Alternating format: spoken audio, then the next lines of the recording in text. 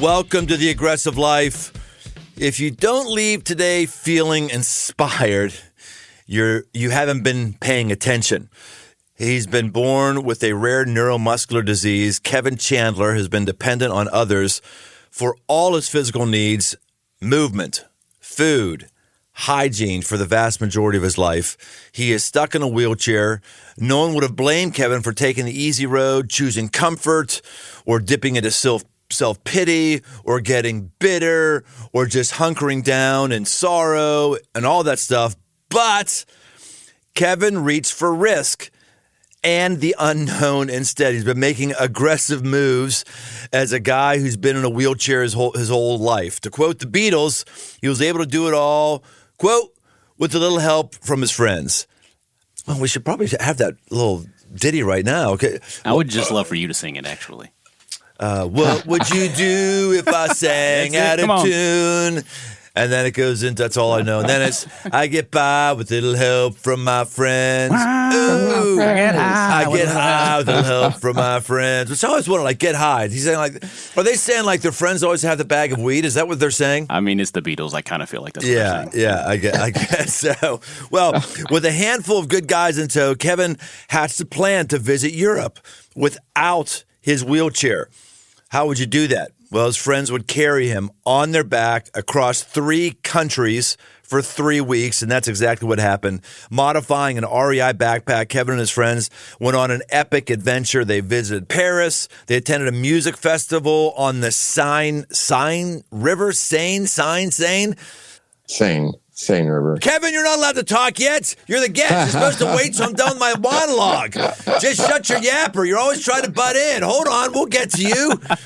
Oh, but thank you for that. The Seine River. They wandered through the English countryside, saw the sights of London. They jumped over to Ireland and even hiked a 600-foot summit to visit a monastic fortress on Skellig Michael. And the adventures didn't end there. They inspired people the world over. Kevan has spoken on his incredibly aggressive life on the TEDx stage, at Google, and as a guest of honor at numerous conferences, universities, and companies. He's gone on to found the We Carry Kevan nonprofit, which has developed its own custom backpack for carrying loved ones.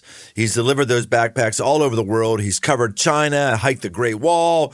He's been featured in 2 documentaries, written a book about his adventures, gotten married, launched his own podcast. And he just keeps going. I'm tired reading about you, Kevan. Welcome to The Aggressive Life, Kevan Chandler. Thanks for having me. Oh, man. It's good having you. Do you do a lot of podcasts? It depends on the season. Depends on the seasons. I feel like I do a handful back to back, and then there's a season of doing other things, getting out there and living the life that we're talking about. Well, one of my favorite stories in the Bible is a story about a paralyzed guy who gets carried by his friends. They hack through a roof. They lower him down through the roof, and Jesus sees him and heals him. And the verse there says, when Jesus saw their faith.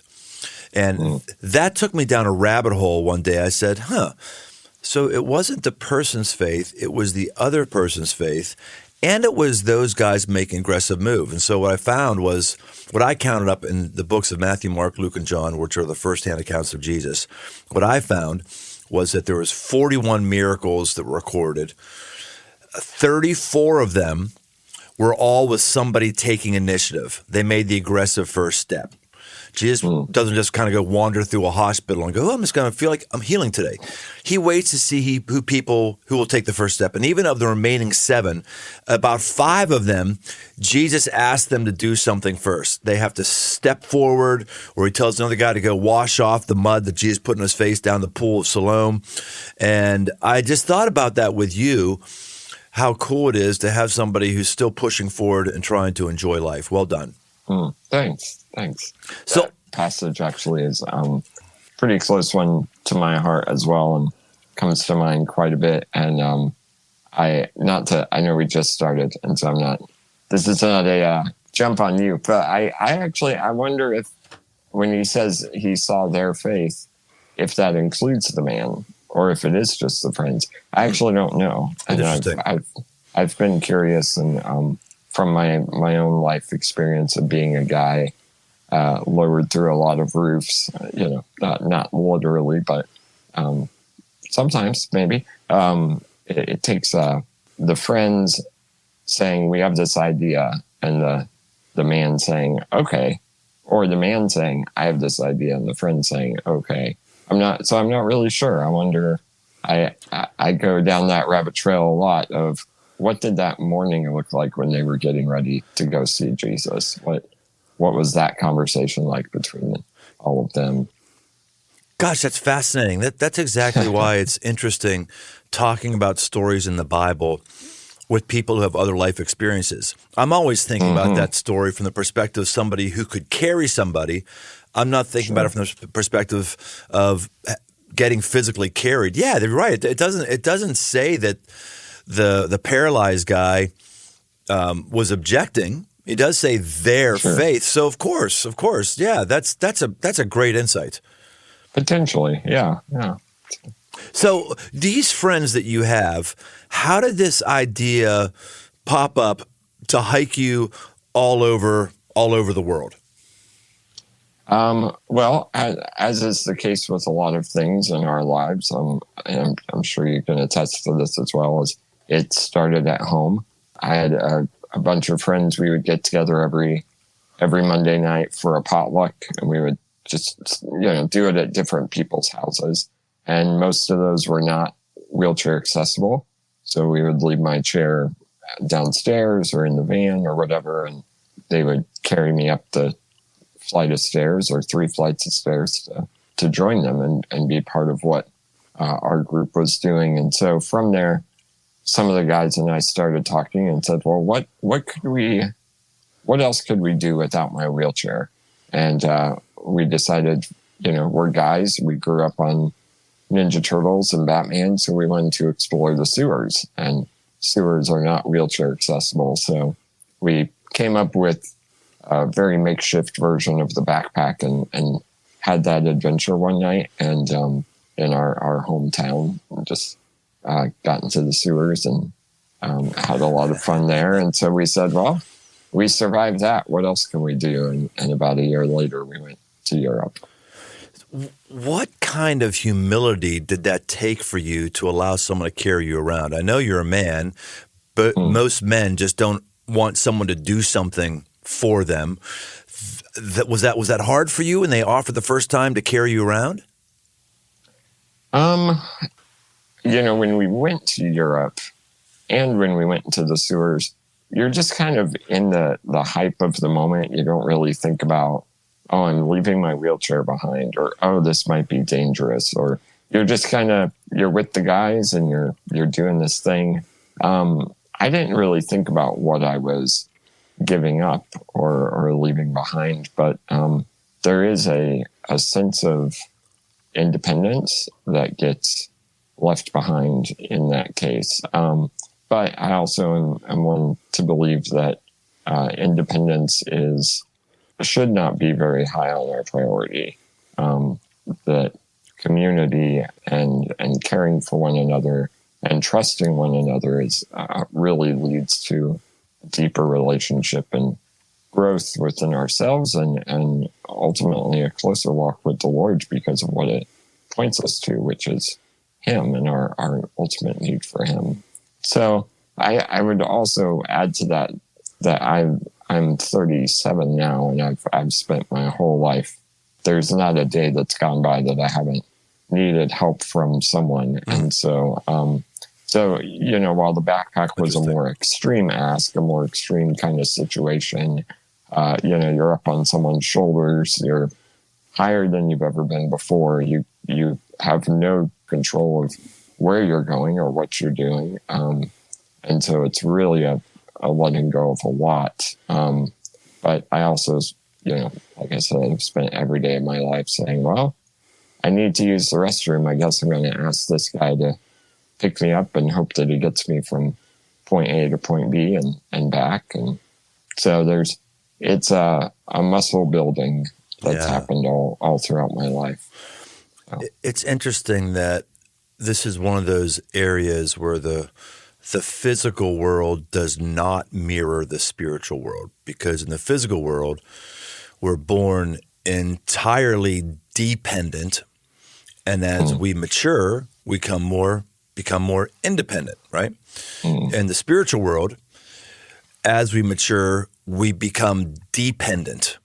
You know, when we're in and of our own self, we're all about ourselves, all about being independent. And as we mature and give our lives to deeper levels with God, we have to become more dependent. And if we're not becoming more dependent, then we're not walking by faith and doing things that are beyond our capacity.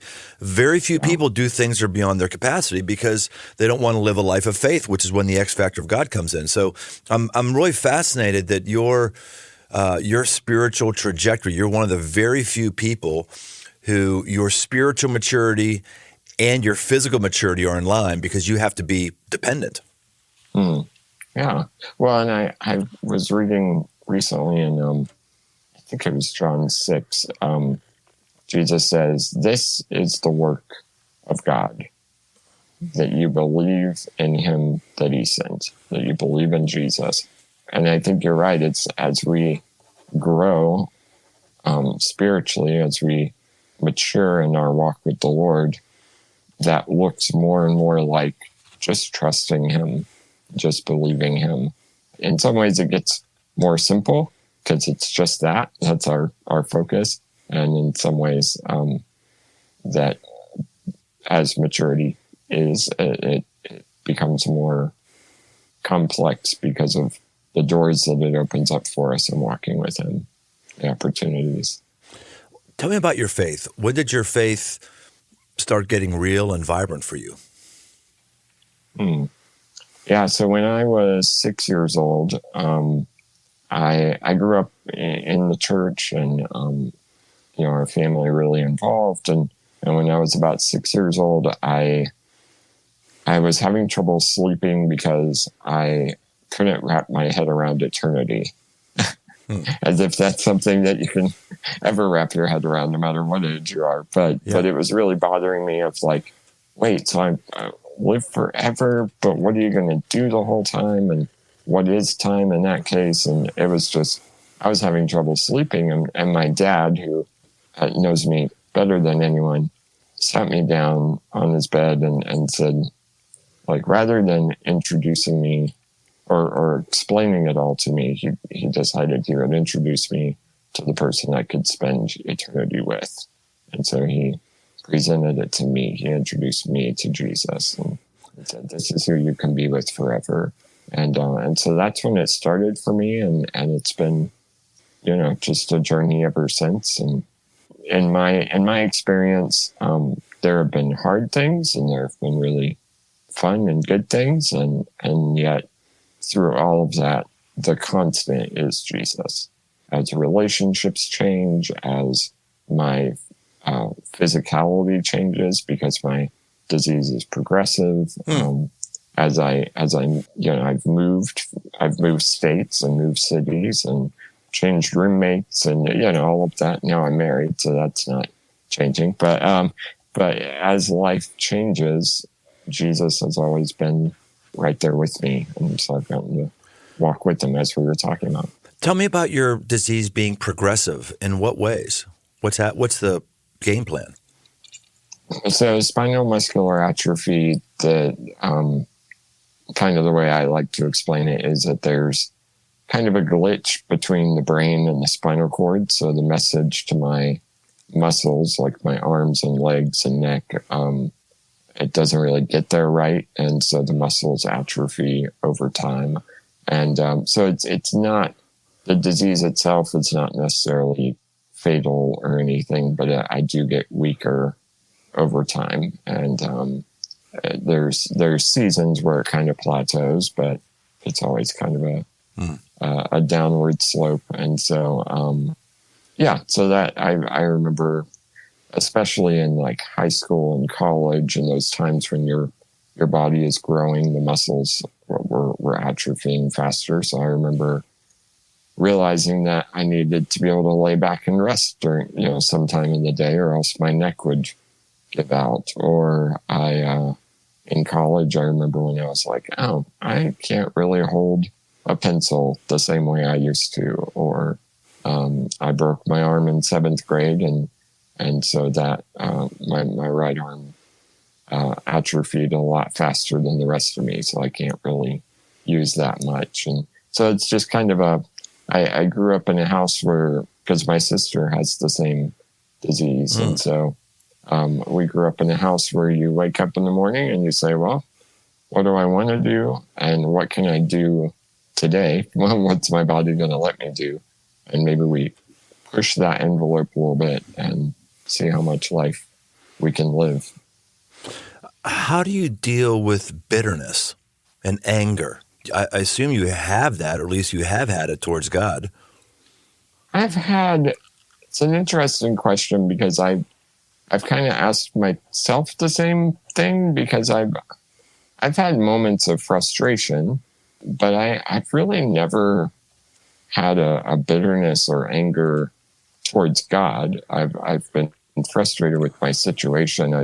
I remember, well, I still experience like being married.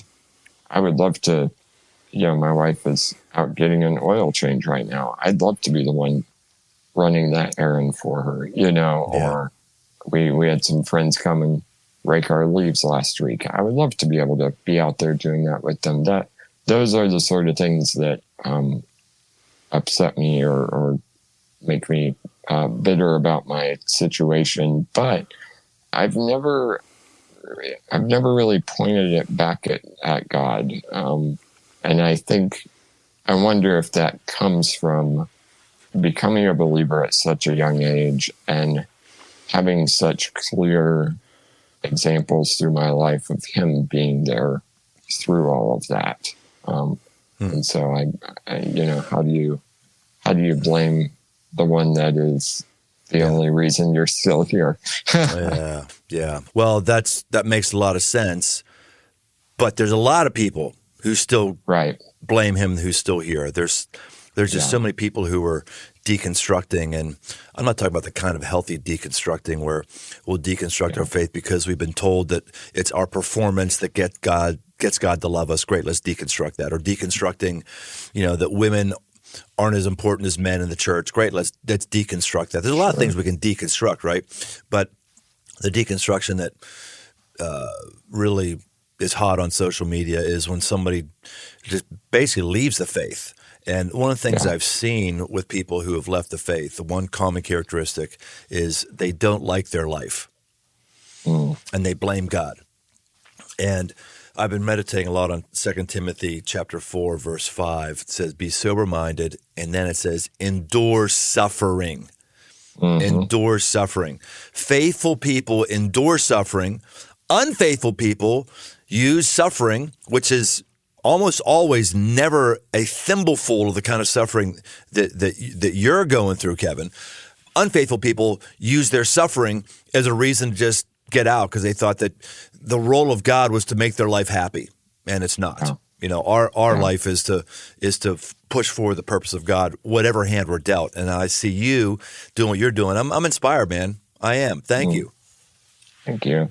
Yeah, all I can say is I agree, and I don't know why, but there's been a measure of grace in that that the Lord's given me to not turn it back on Him. So Amen. Thankful for that. But how much do you weigh, Kevin? So I recently got weighed, and I'm about 80 pounds. Okay. 80 pounds. I'm looking at the cover of your book, We Carry Kevin. I'm seeing one of your buddies carrying you around. And I'm going, man, 80 pounds.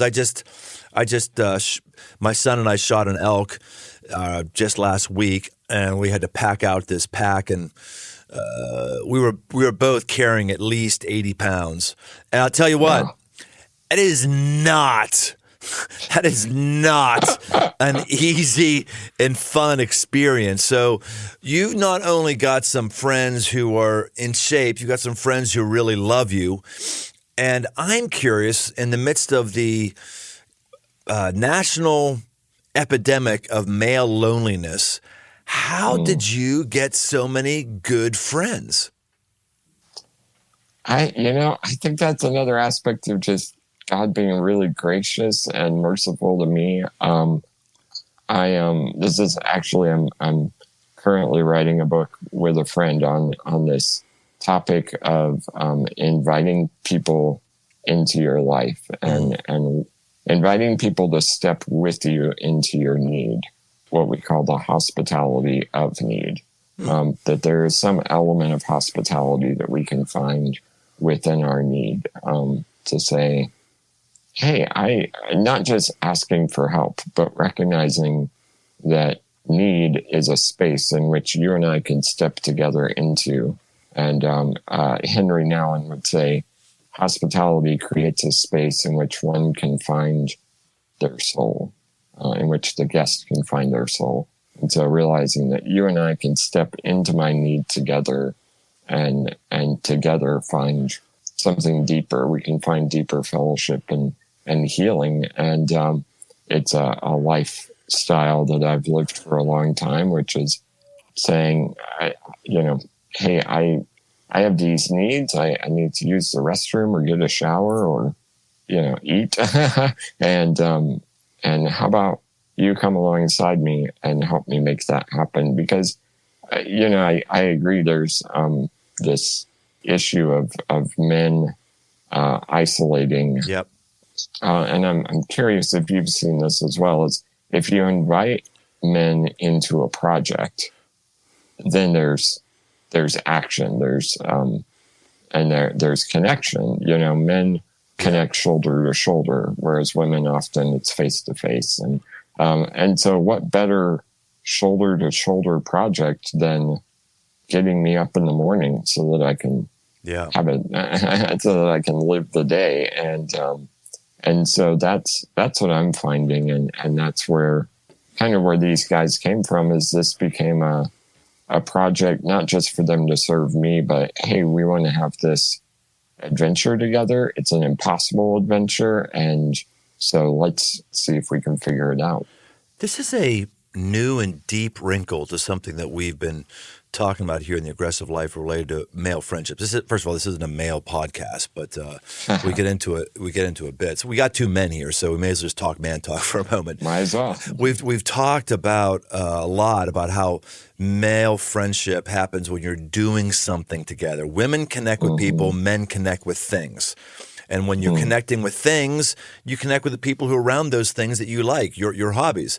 But the thing I hadn't thought about till just now, as you mentioned, was, this is probably one of those ways that relational maturity mirrors spiritual maturity.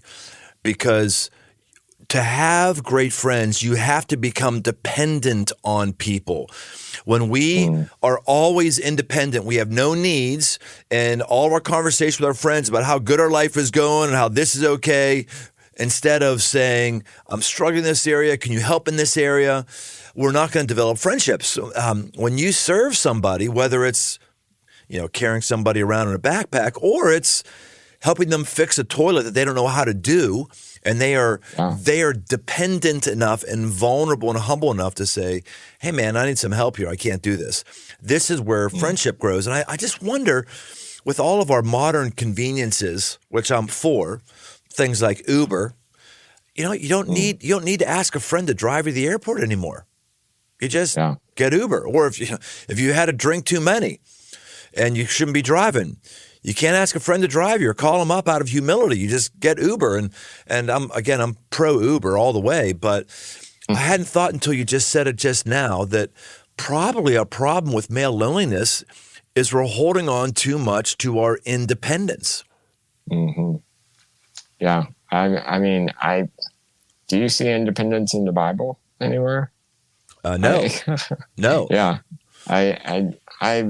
The further in I get to this idea and looking at my own life and looking at scripture and the life of Christ, I feel like independence might just be a lie from Satan that we have, swallowed whole. Yeah. And so I think it's something that we can push back on. Right. And we can push back on it by inviting people into our needs.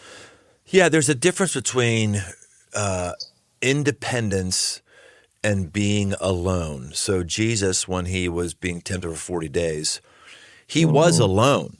He didn't feel God at all. It says at the end of those 40 days, it says, then the angels came and ministered to him. So he wasn't having any divine activity. He wasn't feeling any closeness with God. He was alone.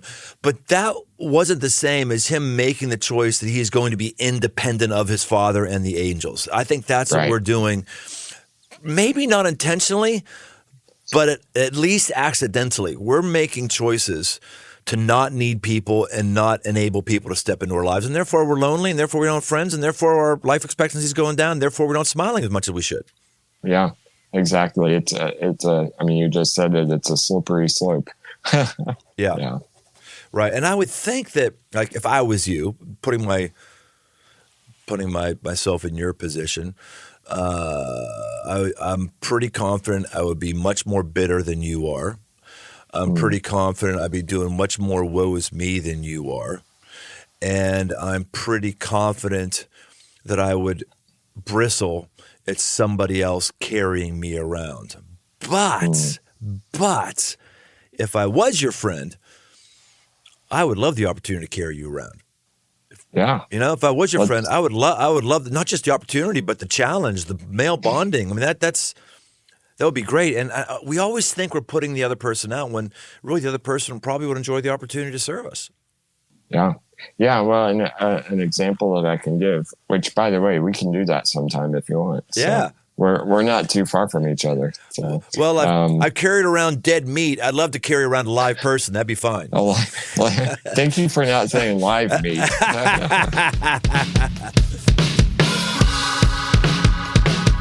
Today's episode is brought to you by AG1. I gave AG1 a try because I was feeling a bit sluggish, not confident I was getting all the nutrients that I felt that I needed. And I thought maybe this is an easy solution. So I drink AG1 in the morning. I love doing the morning. I do it on an empty stomach. It forces me to get 12 ounces of water into my system. I love doing something proactive and aggressive to make me feel better and at least give me peace of mind. AG1 is designed with this kind of ease in mind so you can live healthier and better without having to complicate your routine. Each scoop has 75 vitamins, minerals, probiotics, and whole food sourced ingredients of the highest quality. If you want to take ownership of your health, try AG1 and get a free 1-year supply of vitamin D and 5 free AG1 travel packs with your first purchase. So go to drinkag1.com/aggressive life. That's drinkag1.com/aggressive life to take control of your health. Check it out. I know what you need on your plates this holiday season because I've had it on mine recently. Flying K Ranch beef. Oh my freaking goodness. Holy shnikes. There's benefits to having a podcast that's growing. One of them is the people send you free stuff hoping you'll like it and then talk about it. That's what happened with Flying K Ranch beef. They sent me a smorgasbord of steaks. They are mouth-watering. The burgers are incredible, and the roasts make family dinner a breeze. They're located in Findlay, Ohio, and they have no hormones. Let me say it again. Flying K Ranch has no hormones or antibiotics. So it's basically like when I go elk hunting or deer hunting or something like that. It's pure meat. They raise their cattle on pastures just the way cattle like it.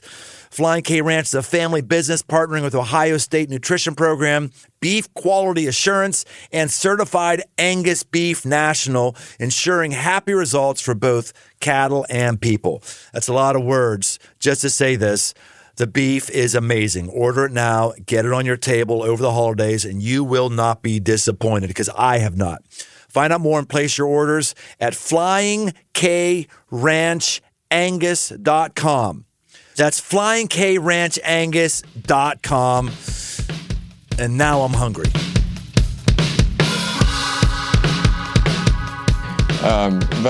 But an example I would give is like the guy that came and got me up this morning. He's a dad, a husband. He is the executive director for a big nonprofit here, and it's involved in the city. And so he's always out meeting people, and he's just always on the move, really involved in his church and the community, and just never has a chance to slow down. But every Tuesday, it is Tuesday, right? Yeah, every Tuesday, he comes in at 7:30, 8 in the morning, and gets me up, gets me ready for the day. And he's expressed to me, he said, this is an hour and a half each week that I get to slow down and my world gets quiet. Because when you're caring for someone at this level physically, you can't have distractions. Your phone can't be going off. You can't be also having this conversation over here. That you are zeroed in on this one thing, and it's just him and me going between my bedroom and bathroom, just getting ready for the day. And so the world becomes small and quiet and slow for a little bit of time. And so what I get to give him in that is rest, And sure, physically he may be doing something, but it gives him this moment to breathe. And other guys have expressed similar things, and having a rhythm, or having a quiet moment in their week. And and another friend said, well, this is my, he told me, he said, Kevin, this is your predictable pattern, that if we don't see each other the rest of the week, if we forget to text each other and check in, or, we just have stuff going on, I know I'm going to see you on this day. And so kind of a standing appointment, if you will. And so as a result, the friendship grows, and I see that I get to give them that time and that space. And also, what else do I have to focus on in that time? So I get to give them all of my attention as well. And so I have a part to play in that too, but it's a gift as well, going that way. How many dudes do you have in your life who are taking regular shifts to serve you? Yeah, so right now, because it fluctuates, people get different jobs or move and different things. Let me think. I've got 1, 2, 3, 4, 5, 6. I've got 7 guys regularly, and then a handful of guys that I could reach out to if I needed to. And then my wife also kind of fills in the gaps there as well. It's really great because she can do everything. But when we got married, we realized, I need to keep inviting these guys in. This is a gift for them as much as for me, and it affords her some rest as well. So yeah, it's a good deal. Kevin, you're a rich man to have that many deep, abiding friendships. There's a lot of guys who would give up a lot of what they have to be able to have that. Well done, man. You got the friendship gene. You're killing it in that area. Well done. Thank you. I'm thankful for it.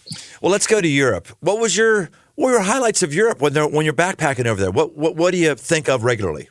Yeah, we had so many high adventures. I mean, you mentioned earlier we went to a music festival. We were also there in Paris during summer solstice, which the city just becomes a big dance party.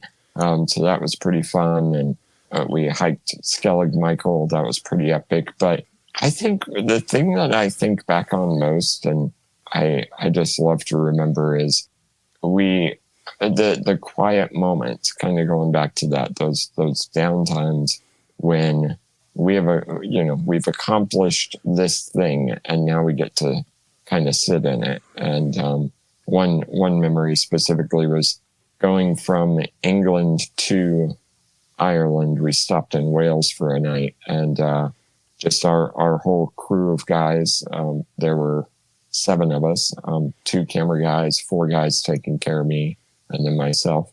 We just kind of took the night off, although they still had to carry me. We got some food and then walked down to the docks in Wales in the middle of the night and just enjoyed the quiet and enjoyed being together.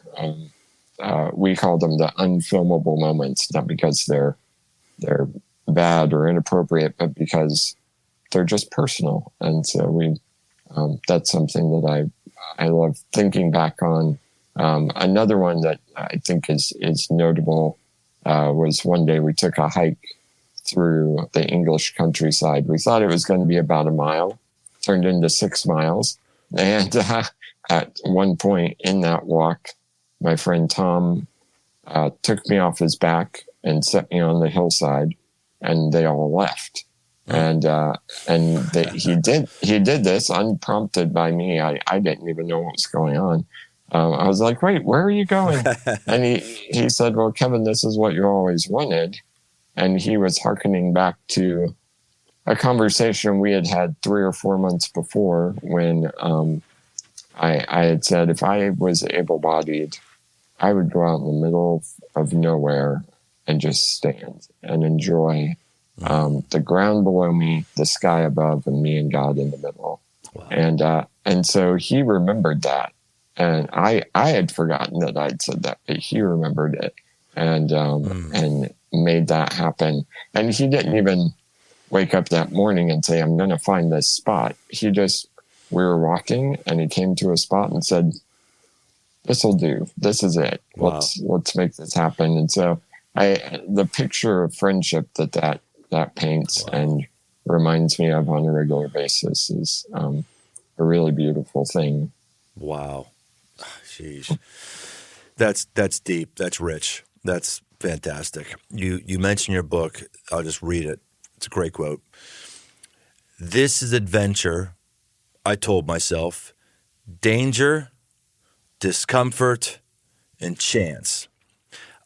I think a lot of people say we want adventure, but you say, you want danger? Oh, no, I don't want danger. We say we want adventure, but you want discomfort? No, I don't want to go. We say we want adventure, but you want like uncertain ending, chance? No. Taking your five-star cruise experience to a part of the ocean you've not been before is not an adventure. But yeah. you've done this. Just talk more about adventure and give us some encouragement on that. Well, I don't know if this is encouraging or not, but I broke my nose on the trip. So okay. There was that. What crappy friend dropped you? Who are they? Who can't carry their own weight? No, we hit the brakes suddenly on the highway, and I went flying forward into the seat in front of me. So oh gosh, it was kind of a mess. But even that, the pain of that still enriched the experience because it became there was a little bit more of a struggle, and that just innately brings about a little more of a payoff. Yes. Because we could have decided it's time to go home, and we said, no, we're going to keep going. I remember in that moment, because we pulled off and got me some ice and everything and got me cleaned up. And I remember having this conversation with myself and with the Lord of saying, like, God, I did this because I wanted to prove that it could be done to a world that told me to stay home and be safe. And so I wanted to do this and prove that it could happen. And then he reminded me, or maybe pointed out for the first time, well, it can be done. That doesn't mean it's going to be easy or safe, but it can be done. And so maybe this actually tells the story and gives the message even stronger that there are going to be hiccups. You are going to break your nose. You are going to have hard things, but that doesn't mean that it's over, And I said, I remember saying, I just want someone in my corner. Like, God, can you please just be in my corner right now? Because I feel really alone. And he said, open your eyes and look around you. And I had 6 guys squatting on the ground all around me. And he said, you got all these guys in your corner. It's all right. And it's because of that that I could have the adventure. And the adventure, and adventures can look different based on what someone's capacity is, and people's capacity grows and changes over time. But I think adventure, so much of adventure involves trust and willingness to try something, willingness to say yes, and being okay with it not looking like you think it's going to be, and doing it with people whom you can carry and can also carry you in the process. The embracing of uncertainty and discomfort, let alone danger, is not something a lot of people want to do. And maybe that's part of the reason why the cause of Christ is not going forward, because Jesus has given us an adventure, tells us to go into all the world. And that meant being dangerous, uncomfortable, opening ourselves up to the X factor of things you can't control. And I just don't think most of us want that. We want everything in an Excel spreadsheet that I understand. We want all of our comforts that are digitally accessible and automatic inside of our house. We want to do things that we've always done and not learn new skills. And I think that's why Jesus' call is not being accomplished, and also why so many of us are dying inside. So thank you for charting a new course and pushing us. Yeah. Jesus he said he came to give us life that we may live it abundantly. And so I think the greatest adventure that we can have in life is to love one another and to do that courageously and creatively. Yes. All right, Kevin, time for the lightning round. This is when I give you a sentence and you have to answer it like a bolt of lightning, like real fast, one or two sentences. Are you up for the challenge of the lightning round, Kevan, my man? Are you up for it? Let's go. All right, here we go. If you could visit anywhere in the world or anywhere in the world again, where would you go? Ireland. Oh, let's stop right there for a moment. Okay, I'm surprised by that. I know. Okay, now wait, I thought this was lightning. You round. did. You passed. You gave it immediately. You did perfect. But then I reserve the right to have follow-up questions. What about Ireland? Okay, that's fair. What about Ireland? Because that's one place I haven't been, and I wouldn't say is even on my list. Why Ireland? So I have some family heritage there. Goes back several generations, and so I think that there is a heart tie to it in that sense. I've been twice, one on the trip with the backpack, and then I went back for the TEDx talk. And so I had my wheelchair that time. And I don't know, it's a really beautiful place and full of mystery and fantasy and wonder. And yet there's also a great need for Jesus, which that can be said of anywhere in the world. But I think just the balance of those two for me really hits home. And so I feel at home there. Maybe that's a good way to put it. Okay, back to our lightning round. Here we go. All right. Biggest aggressive move that you've made recently? Can you clarify recently?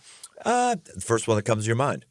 Well, I mean, 4 years ago, I asked Katie to marry me. I think that's besides becoming a Christian, that's the most most adventurous thing I've ever done. So absolutely it is. I don't know if that's recent enough. But. No, that's recent enough. Well, and that's young males are not having the self-confidence to make the aggressive move of asking someone to marry them, let alone even just go out on a date. So, yeah, that's aggressive. Mm-hmm. Great job. Next one. Why should I take risks? Because you don't know what's going to happen, and that's a good thing. Because there are doors that the Lord wants you to go through, and you don't get to see the other side of them until you're through them. The key to becoming more resilient. Baby steps. What's next for Kevin? So December 1st, we have a children's picture book version of the book that you're holding. Oh, cool. Memoir coming out. And so we're excited about it. That's very cool. Yeah, we'll be doing a tour with that next year as well. So I guess that's on the horizon too. So, Kevin, you've got a nonprofit with all of your learnings and trying to help other people. Tell us about that.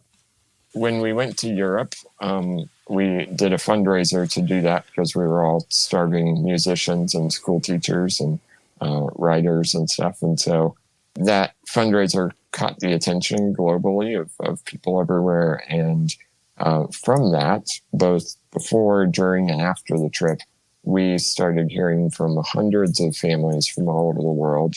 And they asked two main questions. Where did you get this backpack? And where did you get these friends?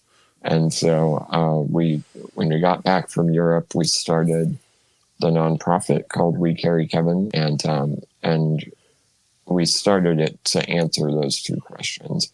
And so it's kind of fun. We actually delivered our 1,000th backpack just a week ago to a family in Iowa.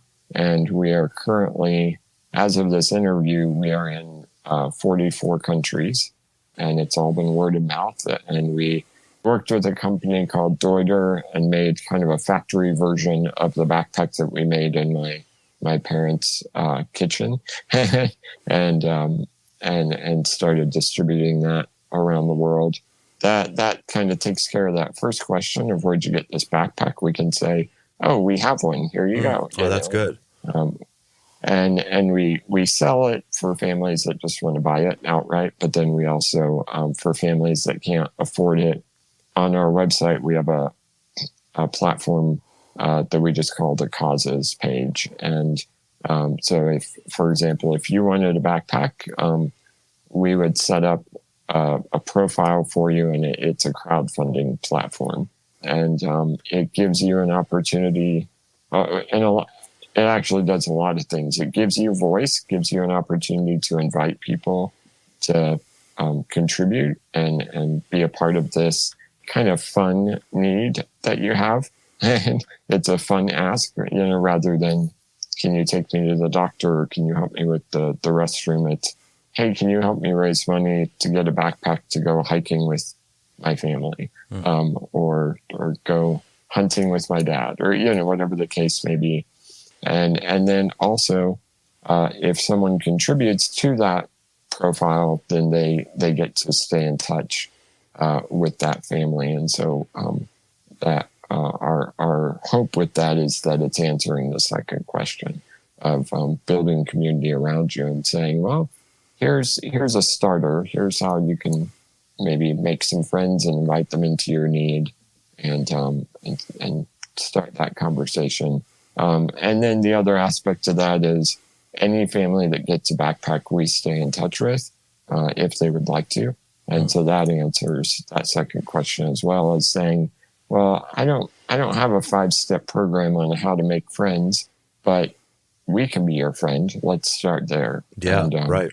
And so through that, just sharing the hope of Jesus and showing the love of Jesus and hopefully bringing more people around them as well through the process. So that's what we do. And if people want to check it out, it's wecarrykevan.org.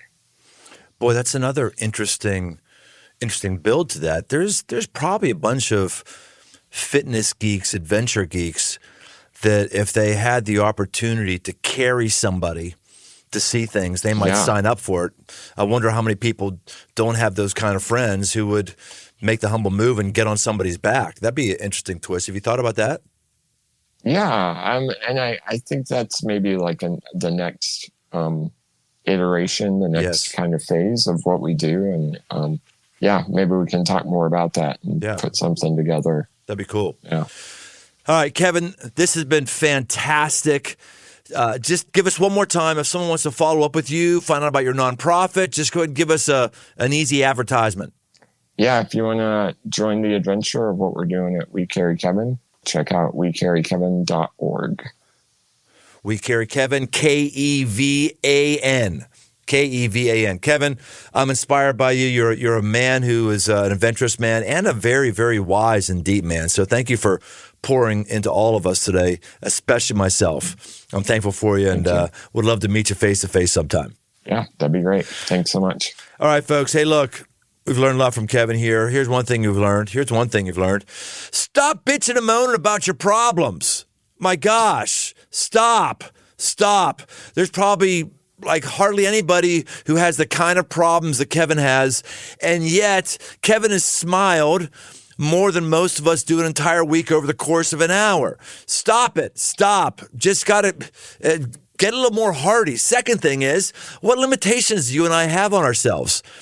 How many people think that they can't get to Europe? Oh, I can't do it. I can't afford it. I can't afford the time off. If Kevin can figure this out, you can figure it out if that's something you want. I think we take on too many self-prescribed limitations on ourselves. This is called the aggressive life because you need to see things that need to happen and take them. Stop making excuses and giving too much homage to the barriers that are there. They're there. They're real. And also, you're a creative agent who you can figure things out. So I hope you've been inspired by Kevin. I have. Kevin, thanks for being a new friend. I appreciate you. We'll see you next time on The Aggressive Life. Thanks for joining us on this journey toward aggressive living. Find more resources, articles, past episodes, and live events over at briantome.com.